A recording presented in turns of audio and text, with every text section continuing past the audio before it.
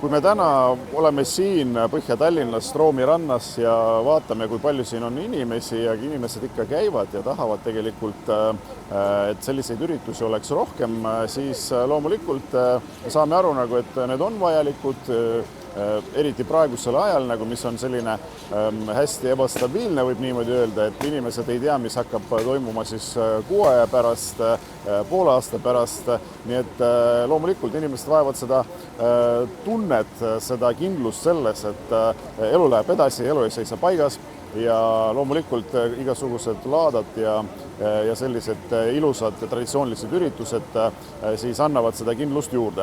Loomulikult tuleb ikkagi järgida reegleid, tuleb hoida distantsi, tuleb meeles pidada, et viirus ei ole kuskile ära kadunud, aga seda ma vaatan siin inimesed tavaliselt teevadki, ja ma arvan, et loomulikult, kui traditsioonilised üritused jätkuvad, siis on tekkimas selline tunne, et kõik on hästi ja inimesed kindlasti vajavad.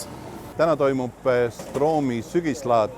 Stroomi on üldse piirkond, kus aasta ringi midagi toimub ja laadad Stroomil on sündmused, mida ootavad kohalikud elanikud, mida ootavad Tallinna teiste piirkondade elanikud, aga mida ootavad ka Tallinna külalised.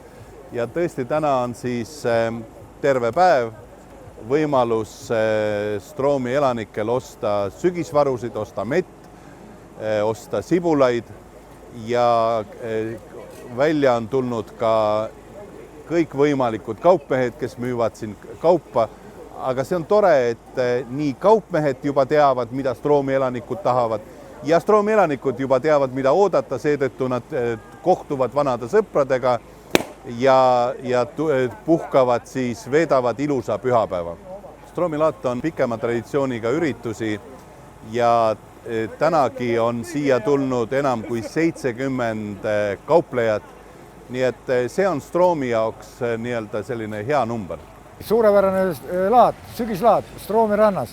Lõpuks ometi oleme Stroomi rannada tagasi saanud, sest mingi aeg oli niimoodi, et me ei saanud Stroomi rannas teha seda sügislaata, sellepärast et olid teatavad jõud, kes rentisid selle platsi vahetult enne sügislaata ära ja siis me pidime üks vahe kolisime üle Löömepru parki. Aga nüüd me oleme tagasi saanud Stroomi randa, enda koduranda.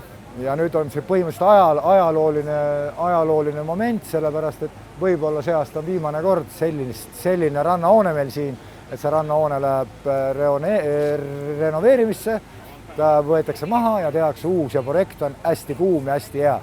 Nii et kes veel jõuab, tulge ja kui te ei saa täna tulla, siis pange kalendrisse järgmine aasta oktoober Stroomi ranna laadas. Nii et tulge aga, on mida osta.